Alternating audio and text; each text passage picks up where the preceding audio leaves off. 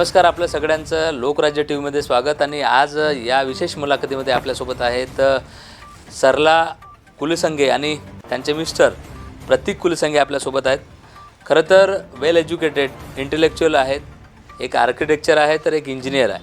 आणि या विशेष मुलाखतीमध्ये आपण त्यांच्याकडनं जाणून घेणार आहोत, कारण चंद्रपूर महानगरपालिकेच्या प्रभाग क्रमांक 1मध्ये भारतीय जनता पक्षाच्या त्या अधिकृत उमेदवार आहेत. आणि म्हणून त्यांचा एकंदरीत मानस, जनतेचा कौल आणि या संपूर्ण प्रचारादरम्यान त्या लोकांपर्यंत जाताना कुठल्या समस्या त्यांना आढळून येत आहेत आणि निवडून आल्यानंतर त्या कशा सोडवणार आहेत, हे खरं तर या विशेष मुलाखतीमधून जाणून घेणार आहोत. मॅडम नमस्कार.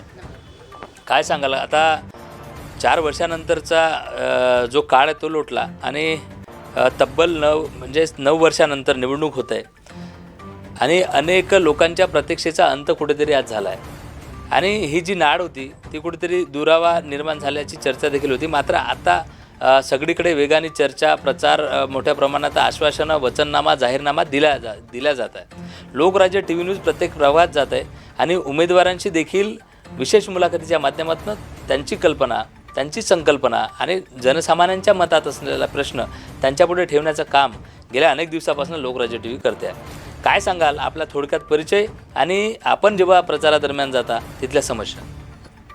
नमस्कार, मी आर्किटेक्ट सौ सरला प्रतीक कुलसंगे, भारतीय जनता पार्टीची अधिकृत उमेदवार, प्रभाग क्रमांक 1मध्ये गट अ अनुसूचित जमाती प्रवर्गातून मी लढत आहे. माझ्यासोबत माझे मार्गदर्शक अनिल फुलझले काका आणि सुभाषभाऊ कासनगोट्टुवार आणि बेले काकू, आणि आम्ही ह्या प्रभागातून निवडणूक लढवत आहे. नक्कीच ताई, भारतीय जनता पक्षाच्या अधिकृत उमेदवार आहात. आपण अनुसूचित जमातीच्या आरक्षित प्रभागामधनं दावेदारी केलेली आहे. खरं तर या प्रभागामध्ये प्रदूषणाचा खूप मोठा, पर्यावरणाचा खूप मोठा विषय आहे आणि धुळीचं खूप मोठं साम्राज्य देखील असल्याचं बोललं जातं. या अनुषंगाने आणि आपण आदिवासी संस्कृतीत असल्यामुळे आदिवासी आणि निसर्गाची जी सांगड आहे किंवा नैसर्गिक जे नातं आहे त्या अनुषंगाने आपण कुठला उपाय किंवा कुठल्या गोष्टींनी ही समस्या सोडवणार आहात, काय सांगाल? कसं आहे ना, प्रदूषण तर खूप वाढलेलं आहे. जे आता ह्या कंपन्या आहेत त्या आता आपण बंद नाही करू शकत, पण त्याच्यावर कुठेतरी आपण स्वतः काहीतरी करून नियंत्रित करू शकतो. प्रदूषण आणि हवा प्रदूषण आणि ध्वनी प्रदूषण ह्या दोन्ही गोष्टीला. तर आता आपण हवा प्रदूषण यासाठी आपण खूप जास्तीत जास्त प्रमाणात झाडे लावायला पाहिजे. झाडे लावूया. आणि ध्वनी प्रदूषण, जसं की झाडे आहे ज्याने ऑक्सिजन लेवल आपलं मेंटेन राहील, वातावरणाचं ऑक्सिजन लेवल मेंटेन राहील, असे आपण झाडे लावूया. जसं की निंबाचे झाड, वडाचे झाड आणि पिंपळाचे झाड. आणि ह्या गोष्टीने ध्वनी प्रदूषण पण कंट्रोलमध्ये असतात. अनुसूचित जमाती या प्रवर्गातली असल्यामुळे निसर्ग जपण्याचा मी खूप प्रयत्न करेन. आणि झाडे वाचवा, झाडे जगवा हा आमचा उद्देश आहे. जंगल बचाव, जमीन बचाव हे वाचवण्यासाठी माझं मुख्य ध्येय असेल.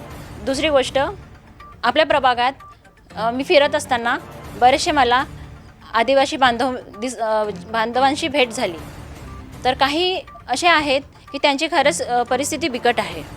तर त्यांना चांगलं आपण मार्गदर्शन करून त्यांना शिक्षण, पाणी आणि बाकी जे सोय आहे रोजगारांची आपण देण्याचा प्रयत्न करू. नक्कीच ताई, आर्किटेक्चर म्हणून शिक्षण पूर्ण झाल्यानंतर आपल्या जीवनातला साथीदार कसा असावा याची निवड झाल्यानंतर त्यांच्या वाट्याला इंजिनियर आला आणि इंजिनियर प्रतीक कुलसंगे यांचं देखील आपण मत घेणार आहोत. काय सांगाल इंजिनियर साहेब, निवडणुकीमध्ये खांद्याला खांदा लावून आपण प्रचारादरम्यान यांच्यासोबत आहात आणि आपण खरं तर पुरुषप्रधान संस्कृती या देशांमध्ये आहे आणि महिलांना मात्र कुठेतरी जी समान संधी पाहिजे ती मिळत नाही. मात्र डॉक्टर बाबासाहेब आंबेडकरांच्या त्या संविधानाने महिलांना राजकीय देखील आरक्षण मिळालेलं आहे आणि याला संधी म्हणावं. आता महिलांना पुढे करून पुरुषांना त्यांच्या पाठीमागे राहावं लागतं आहे, काय सांगाल? आपण जो प्रश्न विचारला आहे, पुरुषांना पाठीमागे राहण्याचं कारणच नाही आहे. महिलांनी पण समाजकारणात, राजकारणात आणि अनेक क्षेत्रामध्ये आज पुढं आलं पाहिजे नाही. आता ती प्रथा गेली आहे की महिलांनी आता मुलं आणि घरं सांभाळायची. महिलांनी पण शिक्षणात पुढे येऊन माणसाच्या, पुरुषाच्या खांद्याला खांदा लावून ती कशी समाजात वावरते आणि या प्रत्येक राजकारणात पण येते, याच्यासाठी घरच्या लोकांनी आणि पुरुषांनी पण सहकार्य करण्याची आज काळाची गरज आहे. नक्कीच हेच आपल्यामधनं ते आढळतं आहे. आपण ज्या पद्धतीने सहकार्य केलं, आपण देखील प्रचारात फिरत असाल, कुठल्या मुळात समस्या आहेत, आपल्यासोबत कोण आहेत आणि ते समस्या कशा सोडवणार? पक्षांनी म्हटलं, पक्षाला कदाचित उमेदवार व्यवस्थित वाटले असेल, पक्षाला वाटले असेल की अनुसूचित जमाती प्रवर्गामधून सरला कुलसंगे ही एक प्रभागामध्ये एक उत्तम अशी कामगिरी करू शकेल, त्या दृष्टिकोनातून भारतीय जनता पार्टीने तिला संधी दिली आहे. आणि नक्कीच तिच्या ज्या शैक्षणिक गुणवत्तेतून आणि तिच्या या सगळ्या आमच्या सपोर्टने, सर्वांच्या सपोर्टने, सन्माननीय सुभाषभाऊ कासनगोटवार, आपले उपमहापौर अनिल भाऊ फुलझेले आणि आशा काकू बेले यांच्या मार्गदर्शनात, यांच्या नेतृत्वामध्ये ती उत्तम कामगिरी करेल. आणि ज्या ज्या ठिकाणी, ज्या ज्या प्रभागातल्या ज्या ज्या अडचणी असतील, हे चौघंही उत्तम कार्य करून ते सोडवण्याचा प्रयत्न करेल अशी आम्हाला आशा आहे. आणि ही आशा माझी नसून प्रभागातील नागरिकांची आहे. आणि याच पद्धतीनं प्रभागातल्या लोकांच्या, नागरिकांच्या समस्या समजून हे चारही उमेदवार येणाऱ्या 5 वर्षामध्ये सगळ्यांचे कामं करतील अशी आम्ही आशा व्यक्त करतो आहे. नक्कीच नक्कीच आपण सांगितलंच, पण इथल्या नागरिकांना, इथल्या प्रभागातल्या मतदारांना आपण काय आव्हान करणार आहात? प्रभागातील जनतेला माहिती आहे की विकास कोण करू शकतं. आणि गेल्या 5 वर्षामध्ये या प्रभागात जो विकास झालेला आहे तो फक्त आणि फक्त भारतीय जनता पार्टीच्या नगरसेवकांनी केलेला आहे. आपण बघितलं, वृंदावन नगर, तुलसीनगर, राष्ट्रवादी नगरकडे जर 5 वर्षाआधी जर गेलो तर त्या ठिकाणी रस्ते नव्हते, नाली नव्हती, पटांगणं नव्हते, गार्डन नव्हते, बरोबर आहे. परंतु हे सर्व कामं सन्माननीय सुभाषभाऊ, सन्माननीय आमचे अनिल भाऊ फुलझेले जे उपमहापौर होते यांच्याच, आणि जेही कोणी आमचे जे माजी नगरसेवक होते त्यांच्या माध्यमातून ती कामे पूर्ण झालेली आहे.